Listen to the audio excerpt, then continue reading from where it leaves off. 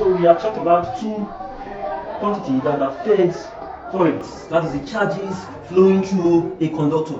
One which is the resistance of the conductor, that is the opposition of flow of currents, and two which is the potential difference of the circuit. Now potential difference, which is just the work done in moving a positive charge of one coulomb from one point in the electric field to another. I said if this was a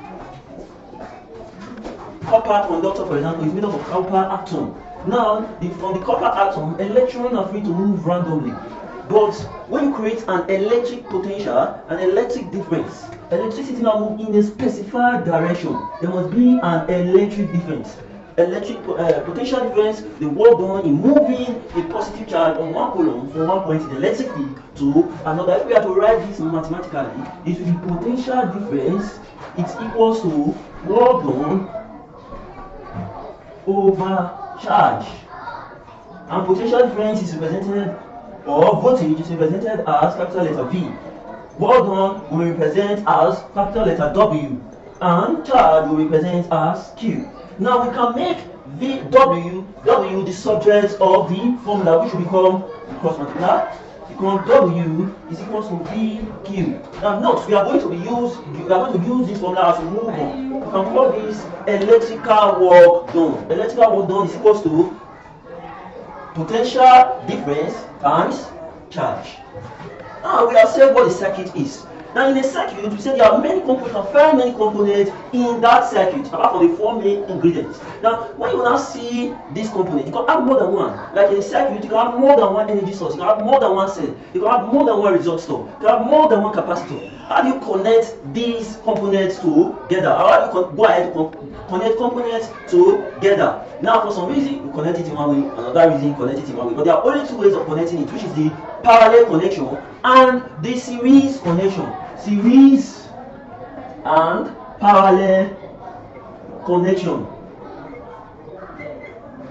Now, in series connection, when you are combining components in series, you are just combining them the end to end. That is, the positive terminal of one component is combined with the negative terminal of another component.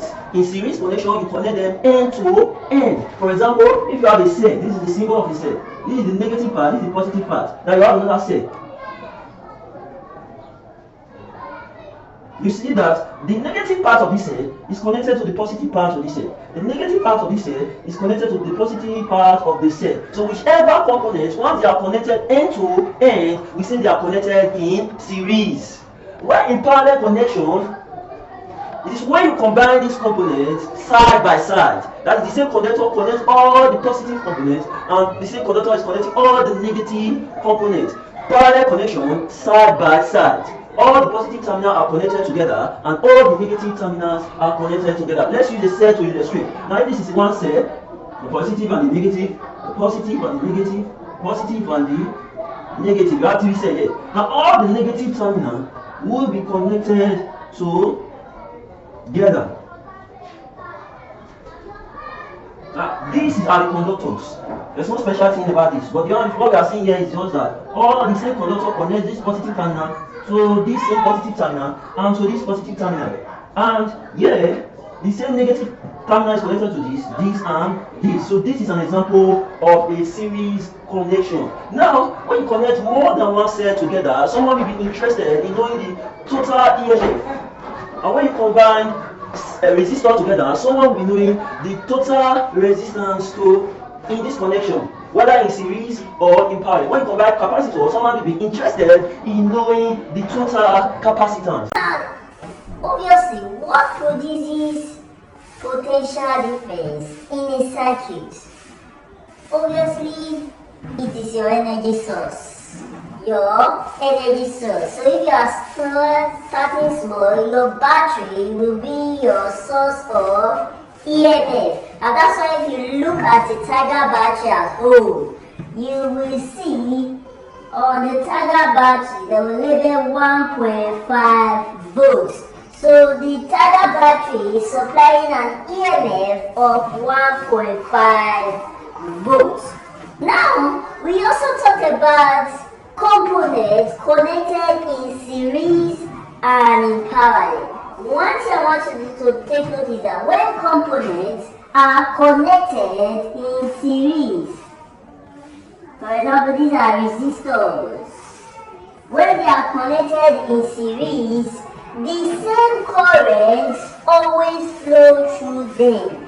The same current always flow through them. While there is a potential drop across this resistor. There is a potential drop across this resistor. It's not the same potential difference that is here, that is here, that is here. But in parallel connection, whatever you are connecting in parallel connection, the same current is not flowing through them. The same current is not flowing through the components, but they have the same potential difference. So in summary, things that are connected in series, the same current is flowing through them, but they have different potential difference at their points. While components that are added in parallel, different currents are flowing through them, and they have the same potential difference at each point. And for that reason, that is why I said when we graduated from the first electric circuit that the four components must be there: the energy source, the conductor, the key, and the loads. When we graduated, you can add a voltmeter, which is a device for measuring potential difference of voltage, and your ammeter to the circuit, which is a device for measuring current.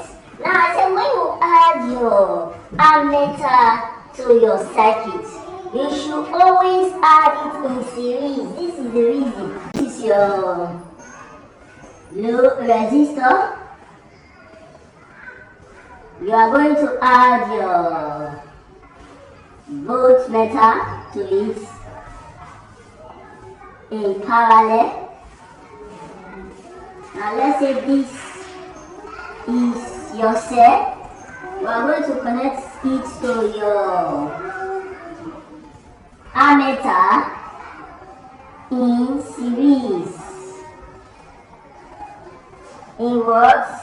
Series. Let me draw in your key. This is the key. Now,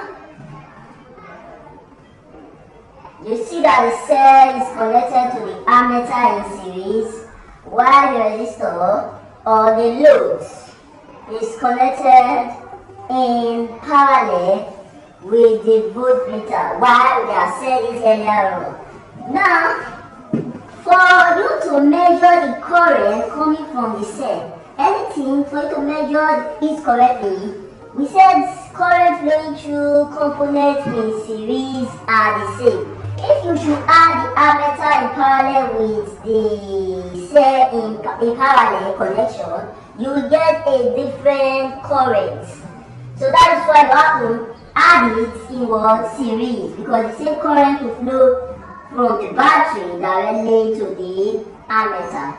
Now this is added in parallel to the load or the resistor, because in parallel connection they are the same potential difference, and what you are interested in measuring here is the word potential difference. Once again, if you want to add your ammeter to your circuit, endeavor to add it in series, because that's the only way you get the right measurement. And when you want to add your voltmeter to your circuit, you add it in parallel, because in parallel connection, that's where you have the same potential difference for each component. Again, when we were talking about series and parallel connection, you can choose to add two or more cells together, two or more capacitors together, or two or more resistors together. When you now add this, you will not be interested in knowing the total capacitance of the capacitor, the total resistance of the resistor, and the total EMF of this connection. For some reason, you will see. Now, for a resistor in series,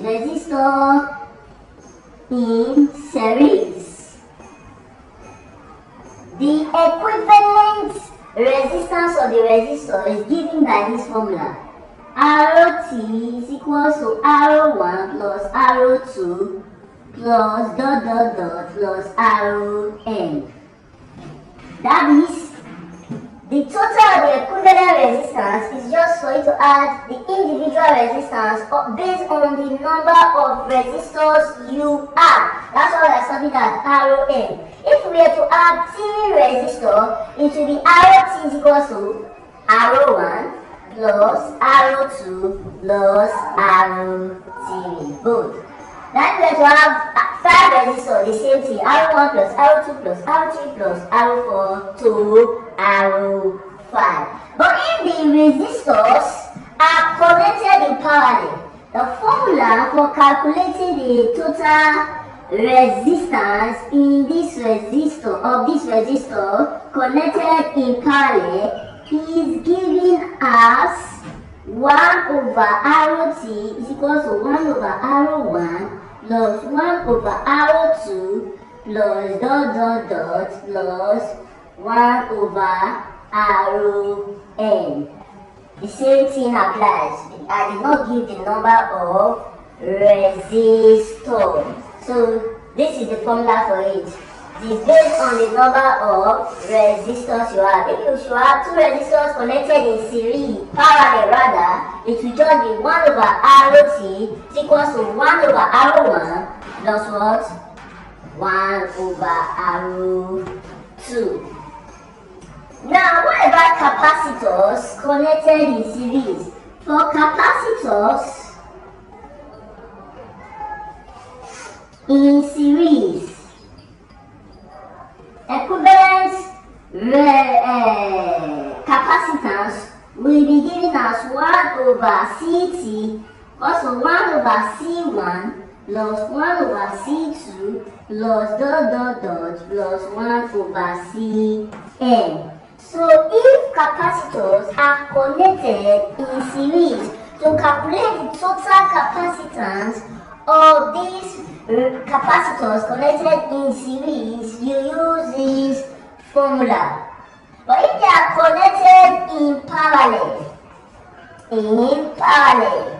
you go ahead to calculate the equivalent capacitance. You use CT is equal to C1 plus C2 plus dot dot dot plus Cn plus Cn. This is the formula for calculating for capacitance in parallel. Now if you just take notes, you will notice that the formula switched a bit for capacitor and resistor. So don't get it confused. These formulas we have derived, I want you to take it. The essential basis of deriving it is that same current flows through components in series, while there are different potential difference at components in series, and different current flows in components in parallel connection, while the same potential difference is in each component in parallel. That is what you use to derive this formula. Later, you also see that Ubu said, if you add 2 or more cells together, because for some reason you are looking for a higher EMF, you have 2 batteries together. Now, if cells are connected in series, the total EMF, if they are connected in series, you just be summing the individual EMF of the battery. So if you have 2 batteries, one is 1.5 volts, the other is 1.5 volts. If you connect them in series, the total EMF will be what? It will be 3 volts, which is just add them direct. So it increases your total EMF. But if you have cells that are of equal EMF, for example, you have 3 cells, all 2 volts, 2 volts, 2 volts, and you now decide then to add them in parallel. Now the total equivalence EMF you are going to get is just 2 mF. It's just 2 mF, 2 EMF. Just 1 EMF of a single cell. Only that it will last longer. When we are talking about cell, the types of cell, we will talk more about this.